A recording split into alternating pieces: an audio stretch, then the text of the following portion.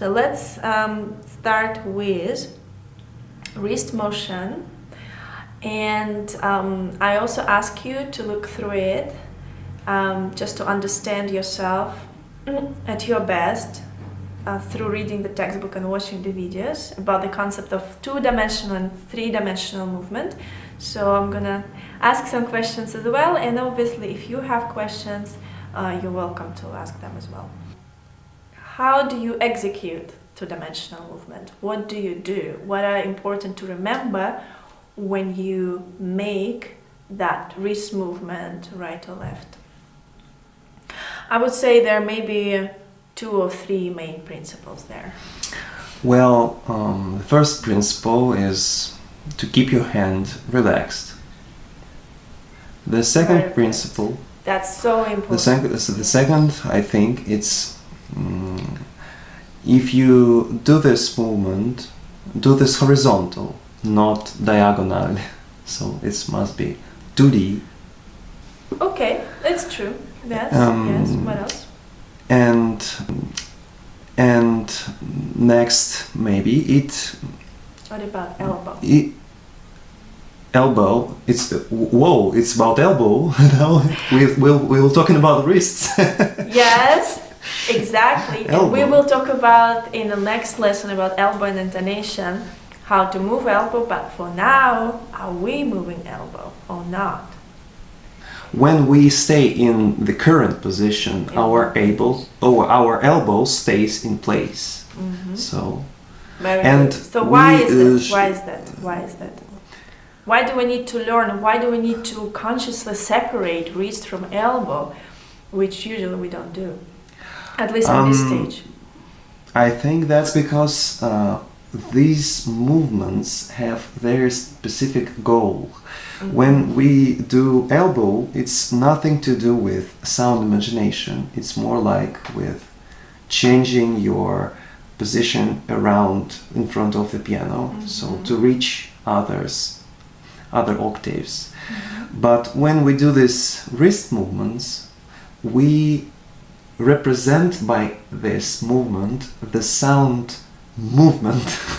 Represent by this movement the sound movement.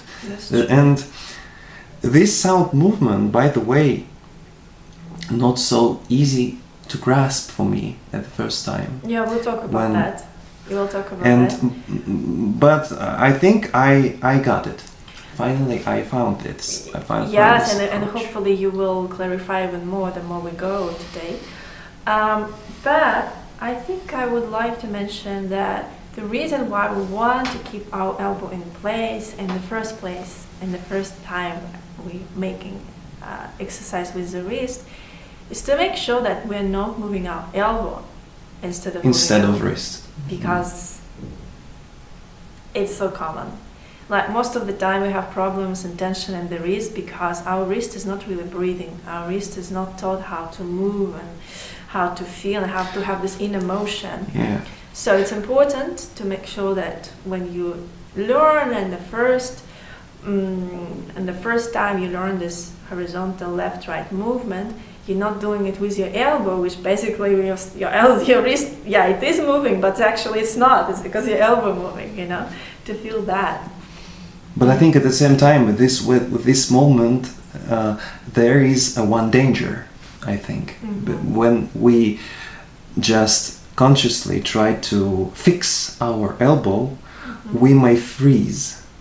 So we may just put the elbow in place, but constantly we should remember that we still should be moving inside. So it's not just freezed, it's just resting in its position, and we just do the movement of the wrist, but without I just wanted to mention it because it was my mistakes in the early stages when I went through your system.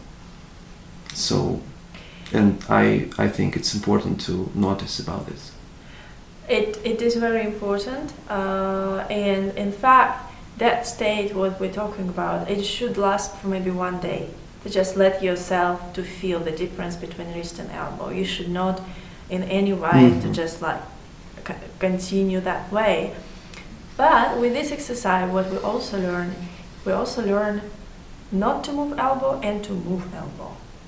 Because again, to control it. Exactly, because it's just the sensation of not moving elbow, staying in the same place. Because sometimes if you move elbow there, it will bring so much messiness and inaccuracy to your playing, and it will actually might create even more tension. And knowing where you move elbow fast and with big amplitude, which we'll talk about next lesson. So this differentiation in feelings, like you said, to be able to control the movement, and you need to learn how to not to move as well. This is gradually accumulating more awareness of your body. So exactly. Yes, exactly. Right. Okay, so now maybe you can just tell me, why do we need 2D motion? Why do we start with 2D wrist motion? I think it's just scaffold for the next 3D motion. Okay, so that will basically help us to understand 3D motion better. What else do we need it for? What does it represent? 2D motion represents sound movement. Exactly. So we learn how to move the wrist, not just mechanically, but to learn how to use it to express the sound imagination that we're going to have in the future. The sound movement, exactly. Yeah, you know. Good. Now, technical question. Very boring one. So how to identify, how to choose the direction of the note? I like this question. Rather, it's not boring. It's because I think I will get the A+ with this. Good. Well, when we see the note that is going upper than previous note, so the sound movement on this note that it goes upper is going to be to the right. So when am I right? Am I right? Right? Right? Am I right? Maybe you left. So when the melody goes down, no, I'm not right. I'm left. We're talking about difference. Maybe you can try topic. one more time. Maybe I Okay, understood. thank you. Maybe I understood it wrongly. Say it again. Okay, so For example, let's say we have. Let's say, for example, we have 3 notes: C, D, and E. Okay. C, D, and E, and after that we have once again D. Okay. So the melody C, D. Yeah. So the first note, we can choose direction whatever we want, left or right. Okay. This is true. Well done. Second note must be right because it's higher than previous note. Okay. So now you're right. So you look at the note and you compare that note with the previous note, and that determines the direction of the note. Okay. Yeah, and the E is the right because right again, it's higher than the previous note. Yeah. Okay. Yes. And then the D is to the left because it's the D is to the left. Yeah. That's so correct. It's very easy to grasp. I think it's very good. Easy but concept. It's important to have a very concrete rule because sometimes it's easy, sometimes it's not easy. Just yes. What if you have the same note? What if you have the same note? The same note. If the first note was to one direction, maybe to the right, and the next notes would be also to that direction. Keep the same direction. Keep the same direction. Well done. And so what about the intervals? If you play, and in intervals we choose the leading voice. So it may be not the upper voice. It may be the sum of the middle voices. Something that you might choose to voice in the future. Yeah. So we just choose the sound movement of that note that is part of the melody of voicing. So it's not always it's the upper voice. It may be the middle voice. I think And sometimes In many cases, it's very simple because the chord, let's say there are 4 notes and 3 of them kind of stay in the same place and just one voice is moving. So you're probably going to choose that to project in the future, to voice it. And so you will choose a direction by that moving voice in the chord. You can imagine what I'm talking about, yes? Yeah. Okay. Yeah. Good. Very good. And you already gave me example because I was about to test you with the score, but I think you got it. So let's go to 3D motion. Let's just jump into why do we need 3D motion? Why we cannot continue with 2D motion? So 3D motion is when we start involving vertical movement, not just horizontal but also vertical. Yeah. Well, I think it's referred to your other concept of sound texture. True. This 3D modes. And also it is referred to expressing the sound movement through weight. Through weight of your hands. Well done. And it provides more natural feeling when you but we should always remember that when we do this only in slow tempo, because when we play fast we just cannot do this, right? You're leading now to exactly. You're leading now to my next question. So yes, good. So to confirm what you said, why do we need to engage in our vertical movement is because later when we're going to imagine the notes not just in the color of instruments, violin or cello, which is pretty much horizontal, but more in the texture of water, which gives this depth. So we imagine sound going a little bit down first and then to the right, to the left. So again, if you conceive that sound, you need to mirror that sound with the motion of your wrist, yes? And the same with arm weight. Obviously arm weight expands. Instead of that playing, we're going in depth. So again, you need the same movement that would reflect that. Good. So the next question, let's go to that, what you started.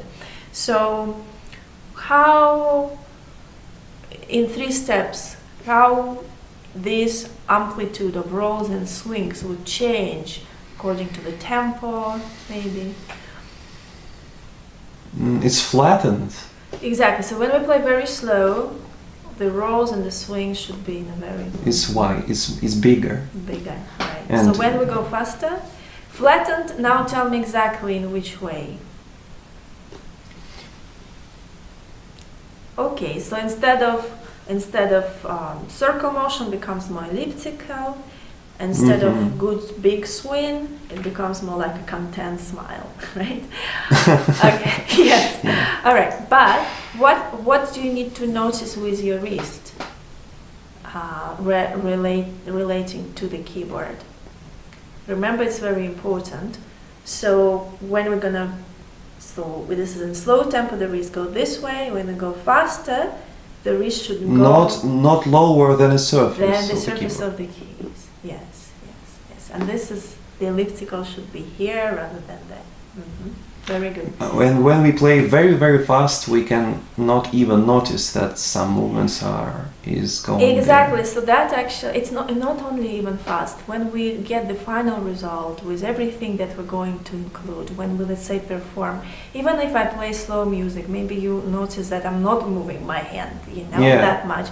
It's just because all these external movements in the beginning we're uploading to our muscle memory. So eventually we can, even without that external movement, feel that inner motions, what you said in Russia before, feel that internal motion inside you. We feel that inner motion in those macro movements in our wrist. And so that let our wrist feel flexible and breathing and inhale and exhale, all of that. Good. Now let's just go, this important part. So how do you find the 3-dimensional movement in the score? Where do you make rolls? When we do this rolls, when we go to the sequence in one direction, yes. So and the swings opposite direction. It's just opposites. Yeah. Good. Now the second question, in which direction do we start the roll? And this is where 2D motion helps. So if that C was previously to the right, and then you go to D to the right, that means you start your roll, obviously down always, but So if with we- movement to the right. If we have this clock image, so when we From go to the 9 to right, we do 3. counterclockwise movement from 9 to 6 to 3, and when we go left, we do this motion from 3 to 6 to 9 on this clock Right, image. and when you say when we go left, it's not always when we go left, it's when the movement of the note Is on the left. is to the left according to two-dimensional movement. This is a very important thing to remember because sometimes students get confused. They might play to re mi, but they will make re mi instead of re mi.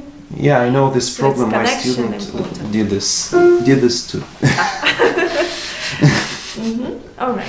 So the rolls is when the same direction swings contra motion, and the direction to which we start the roll determined by the direction of the 2D motion. Okay. Oh, good. Well done. Last question about wrist motion. So in both two-dimensional and three-dimensional movement, when we are playing intervals or chords, is there a similar rule? To let go one of the note. Yeah, it's about that. No. Or better say to hold on only to one of the notes. Let's say you have a chord and you will hold on to the note that you're gonna voice. That is gonna be part of your melody. Oh, only the note you're gonna voice. So it's important. Exactly. Not just the. So if it's the bottom note, it's only. Well, if we do do mi, for example, and the bottom note I want to voice, and the movement is to the right. So my first finger stays hold on the C, Exactly. and I can release the E. Yeah. Exactly. Yes, yes, yes, yes, yes. And the same with chords. So out of 4 notes, you would just hold on to one. Now we tell can me- use pedal. That's the whole point, of course. Now, what is behind this? Why do we need to do that? To avoid compulsive tension, I believe, maybe. Okay, so And to easy the voicing, to make it easier. maybe. it is, it's true. But what does it exactly do? What does it exactly do is that when you let go of the note, let's say, for example, you're playing an octave. Good example. You're playing an octave, and I just put it down. So Oh, that's interesting. yeah. So you're playing the octave here, and if you're gonna hold on, there is not much space for your wrist to move. Where if you let go, and what is important also, you close your hand right away, that let your hand be in a closed position. And you already know about positions because you will study on your own. The whole point is that we learn how to play with closed hands, never keep it in an open state, all right? So that helps. Whether we play an interval, whether we play chords,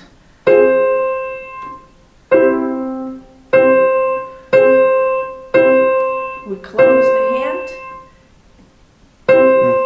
and we move the wrist instead of. Helps me to play Rachmaninoff. Oh my god. Without this technique. Why then? Why then? Very often in classrooms, we students are told to hold on all the notes. Yeah, this is something that I would like to ask my teachers as well.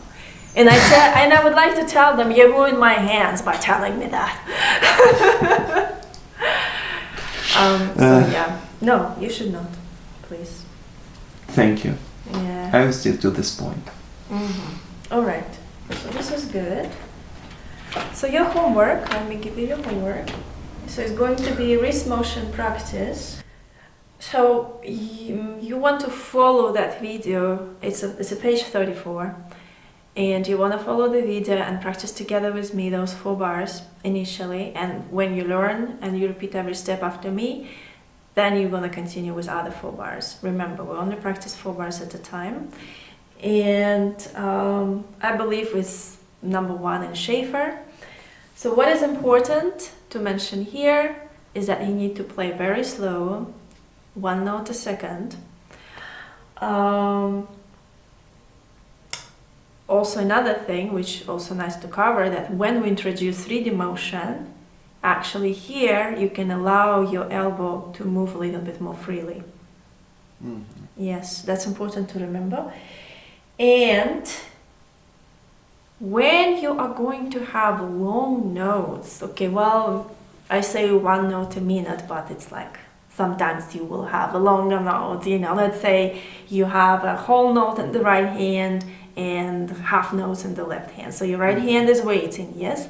So the question arises usually, what do you do on that half note? So do you wait, when do you make the roll, right? And so what is important, again, I'll put it here, is that let's say you're playing this C, and you're waiting, and your next note is D, and you're gonna connect it with the roll. So you need to make the roll right before you're gonna play the D. So this is the wrong way to do this, and just wait. So you need to play it, and then make a roll and play D. Make a roll and play E. No. Yes, okay. So now we're going to... But when we wait this note, our wrist is stopped, or what? Or So what just I we suggest- just slower. What I suggest sometimes, usually when you approach the note, it stops. But for students who are trying to still overcome stiffness in the wrist, they find it that when they wait, they might start accumulating tension in the wrist without any movement. In this case, what I suggest is, like I said, in the example when the right hand the whole note, left hand the half a note, when you're gonna play that second half note in the left hand, make that ghost roll in your right hand. So instead of da da, you go da da. Just continue doing that roll, even though you're not playing. That helps initially, and I think I also showed it in the video, but that was shot like 2 years ago, so I don't really remember, but just to say. So now I would like to, now we discuss everything, you got your homework, now I would like to check. So we're gonna play you can play anything you want, doesn't matter what you play. All I want is that you show me how you would play with 2D and 3D.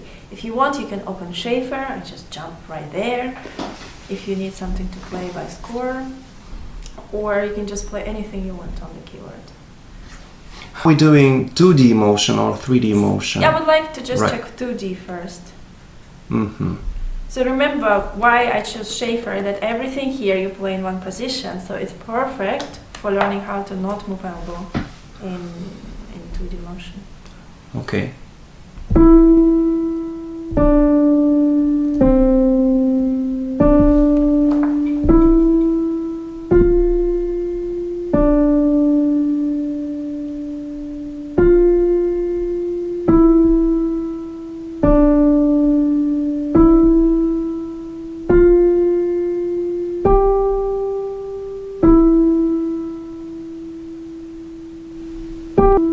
Show me the 3D motion, please.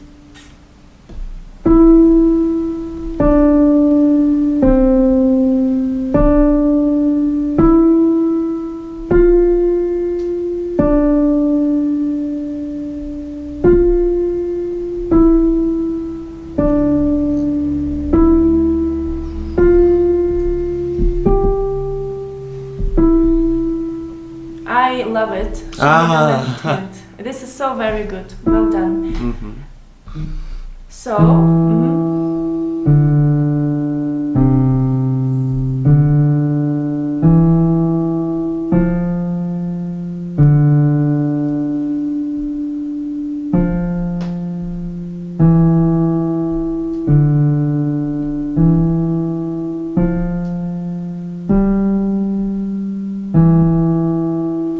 Okay, so thank God you don't have, you're a good student, so you don't have the problems with fixation in your hands when you play, but also, you had your history and you worked on that. So you're a very good example when that's how it's supposed to look. Well done. Relaxed hands, gentle touch. 2D-dimensional movement was correct. I love the swing approach with 2D when you first in country motion you press the key and then you move your wrist. Yeah, I found this more easier to do. I give 5 for you, A+, well done for everything. Preparing so much, thank just you. in one day, well done. So next lesson, whenever it's going to be tomorrow, the day after tomorrow, when you're ready, I'm going to obviously check wrist motion practice, and we will start a topic about inner musical ear, sound imagination, timbre, and the polyphonic ear. So we'll touch on that next time.